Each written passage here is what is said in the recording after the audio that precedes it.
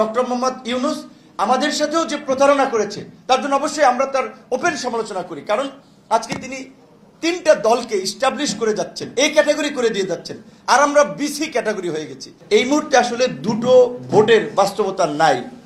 একটা ভোট সুষ্ঠুভাবে করা যায় কিনা সেটা নিয়ে যথেষ্ট সন্দেহ আছে।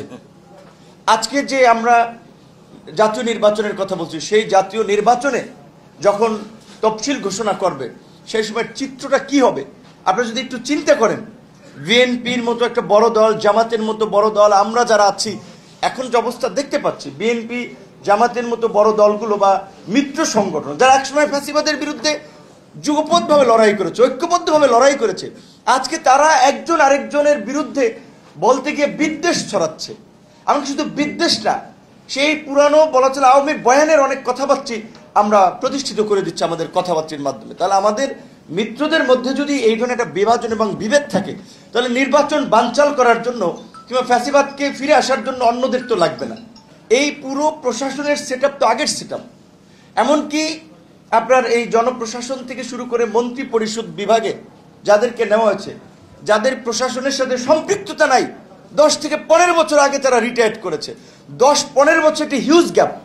তারা তো তাদের সহকর্মীদের পালসই জানে না, সেন্টিমেন্টই জানে না। জনপ্রশাসন আমরা দেখেছি, ক্যাবিনেটে আমরা দেখেছি এই সমস্ত লোকদেরকে বসানো হয়েছে। তো তারা কিভাবে প্রশাসন সেট আপ করবে বলেন?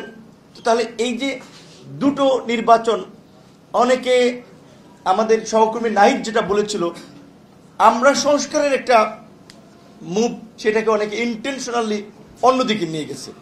যে এখন আমরা বলছি যে মনে করি যে সুষ্ঠুভাবে জাতীয় নির্বাচনটা হোক, তার আগে আসলে আরেকটা গণভোট আয়োজনের প্রেক্ষাপট কি আছে?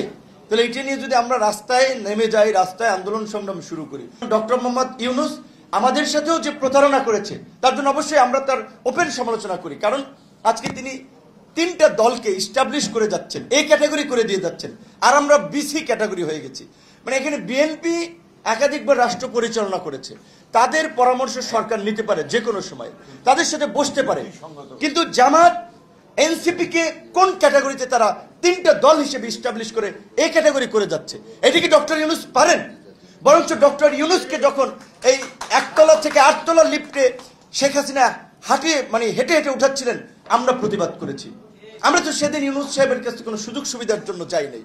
আন্দোলনে কি জোনায়েদ সাকি আমাদের কন্ট্রিবিউশন কম আছে? আমরা লাঞ্ছিত কম হয়েছি? তাহলে সরকার কেন এই ক্লাসিফিকেশনটা করলো? তাহলে আমাদের সাথে প্রতারণা করেছে না? আমাদের যে বিশ্বাস, শ্রদ্ধা, ভক্তি নিয়ে আমরা তার প্রতি আস্থা রেখেছিলাম, আজকে 1 বছরের শেষ দিকে তিনি কোন দিকে নিয়ে যাচ্ছেন? আমরা তো শঙ্কায় আছি।